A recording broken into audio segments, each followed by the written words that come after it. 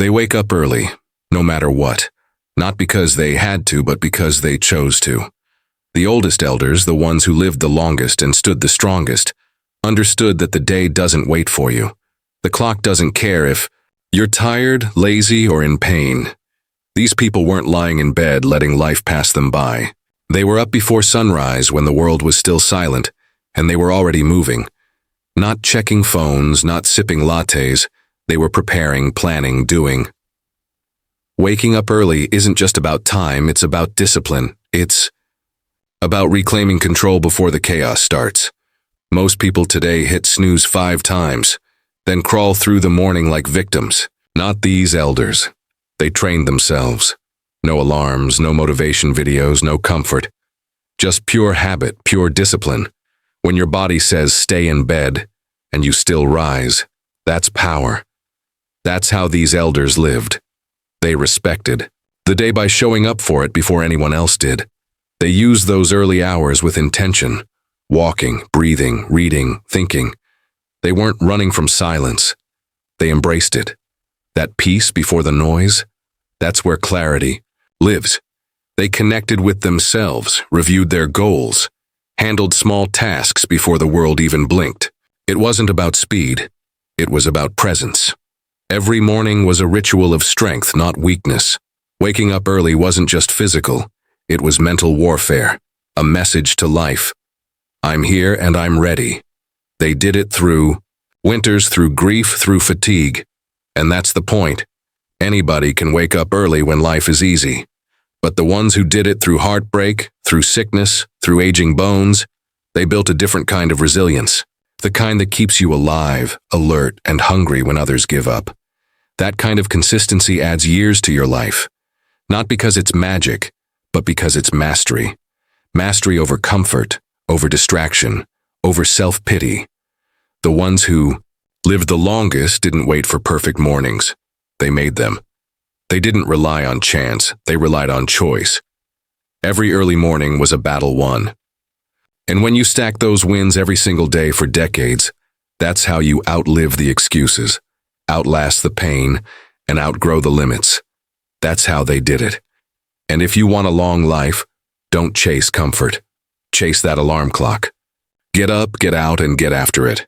The day is yours, but only if you're strong enough to claim it. They don't complain. They adapt. The oldest elders didn't get where they are by whining every time life got tough. They lived through wars, hunger, loss, disease, and loneliness. Life hit them hard, but they didn't cry about it. They adjusted. They took the pain, stood up straight, and figured out how to keep moving forward.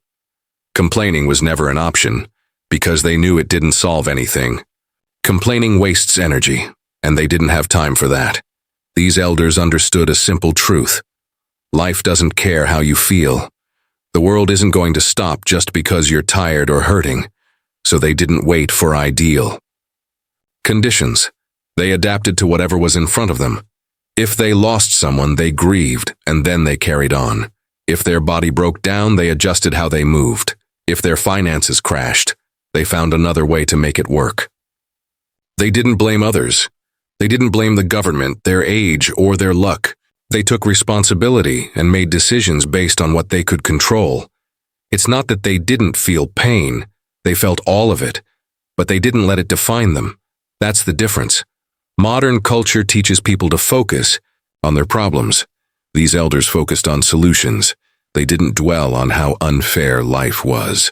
They asked, "Now what?" and got to work. When their joints ached, they found movements that didn't hurt as much. When their eyesight faded, they asked for help and kept reading. When loneliness crept in, they reached out, even if it was hard. This mindset is the reason they lived so long, not just physically, but mentally strong. Because the moment you accept that hardship is part of the deal, everything changes. You stop resisting and start responding. The oldest elders lived like warriors, not with swords or guns, but with grit, patience, and unstoppable will. They adjusted and adapted 1,000 times without applause, without recognition. But that's what real strength looks like. It's quiet, it's steady, and it shows up every single day. You think they didn't have bad days? Of course they did. but they never let one bad day turn into a bad life. They kept showing up. They worked with what they had. They made peace with what they lost. They didn't sit around waiting for someone to fix things. They became their own solution. That's why they kept living and kept living well. If you want to follow in their footsteps, stop looking for an easy path. There isn't one. Start looking for the next step forward, no matter how small. Don't let pain or frustration own. You own them, use them, adapt, adjust, and move. Complaining is easy, living strong, that's earned. The ones who lived the longest didn't talk about resilience, they were resilience. Be like them. They moved daily, no excuses. The oldest elders didn't sit around waiting for motivation. They didn't care if it was raining, cold, or if their knees hurt. They understood that motion is life. When you stop moving, you start dying, so they kept their bodies active every single day. Not because they were training for a race or trying to look good, but because they knew their body needed movement to stay alive, to stay sharp, to stay free. These weren't people who lived in gyms or followed trendy workouts. They walked to the market. They chopped wood. They stretched their limbs in the morning. They tended gardens. They swept floors. Every action mattered. These small, consistent movements added up to a powerful lifestyle. It wasn't about being an athlete. It was about being mobile, self-sufficient, and strong enough to handle life on their own terms. And they didn't let age stop them. Most people think old age means weakness, but that's not what these elders believed. They knew that the body weakens faster when you stop using it, so they refused to sit still. Even when their joints were stiff or their backs were sore, they kept going. They adjusted their pace, not their discipline. While others were looking for reasons to stay on the couch, they were out walking, stretching, doing whatever it took to keep moving. They didn't buy into the modern lie that aging means helplessness. No one came to save them. They were their own rescue team. They moved to maintain their independence, because relying on others wasn't an option they were willing to accept. They earned their freedom through movement. It wasn't glamorous and it wasn't easy, but it worked. It added years to their life, and life to their years. These elders also understood something deeper. Movement isn't just physical, it's mental. When you move, your brain fires up. Your mood improves, your confidence grows. They used motion to fight depression, boredom, and decay. They didn't sit around waiting for someone to cheer them up. They got up, moved their bodies, and changed their own state. They weren't looking for comfort. They were looking for strength. And they found it through daily, deliberate action. And they did it every day. Not just when they felt good, not just when it was convenient. Every day. That's what built resilience. That's what protected them from the downward spiral of inactivity. Most people give up when it gets hard. These elders pushed forward, even if it was slow, even if it was painful. That mindset, that relentless commitment to motion, is why they lasted. Not just in body, but in spirit. So if you want to live long, get moving. Don't wait for the right time. Don't wait to feel ready. Just start. Walk, stretch, lift. Do something. Every single day. Because the moment you stop moving, you start shrinking. And the oldest elders never accepted that. Neither should you. They serve purpose over comfort. The oldest elders didn't spend their days chasing relaxation or sitting around waiting to be taken care of. They lived with purpose. They believed their life still mattered, even in their 70s, 80s, and beyond. And that belief kept them going. Purpose wasn't a luxury. It was fuel. While others their age were focused on taking it easy, they were focused on making an impact. They gave, they guided, they showed up for others. That's what kept their spirit alive. They didn't let age define their usefulness. Retirement didn't mean retreat, it meant redirection. They didn't say, "I've done enough." They said, "What can I still do?" Some mentored younger people. Some volunteered in their communities. Some helped raise grandchildren. Some simply offered wisdom over a cup of tea. But they all kept giving, because giving is living. The moment you stop feeling useful is the moment you start fading, and they knew that. They weren't obsessed with staying comfortable. In fact, many of them had very little comfort throughout their lives. They came from generations where sacrifice was normal. They endured war, hardship, and rebuilding, so they weren't afraid of discomfort. They didn't shy away from problems. They leaned into them. Helping others gave them purpose. It gave them structure. It gave them something to wake up for. And that kind of meaning, that sense of being needed, gave them the will to keep living even when their bodies grew weaker. They also didn't serve for praise or recognition. They didn't do it for attention. They did it because it was right. They did it because they could. That quiet sense of duty, that deep-rooted belief that you are here to contribute, that was their driving force. While modern culture teaches people to focus on yourself, these elders focused on others. And in doing so, they kept their minds sharp, their hearts full, and their lives meaningful. Even when they could no longer do heavy tasks, they still served. They listened. They offered advice. They told stories. They passed down lessons the younger generation needed. They were anchors in their families and communities. They didn't say, "I'm too old to help." They found new ways to matter. And that mindset, that hunger to keep serving, gave them the emotional strength to keep going when others gave up. So, if you want to live a long, fulfilling life, don't chase comfort. Chase purpose. Ask yourself every day, who can I help? What can I contribute? Because the moment you stop serving is the moment life starts losing its meaning.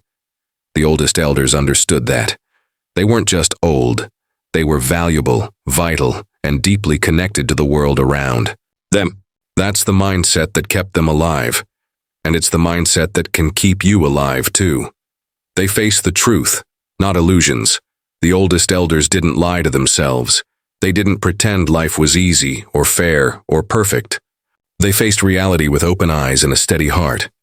While others spent their time escaping into distractions or blaming the world, these elders confronted what was, not what they wished it to be.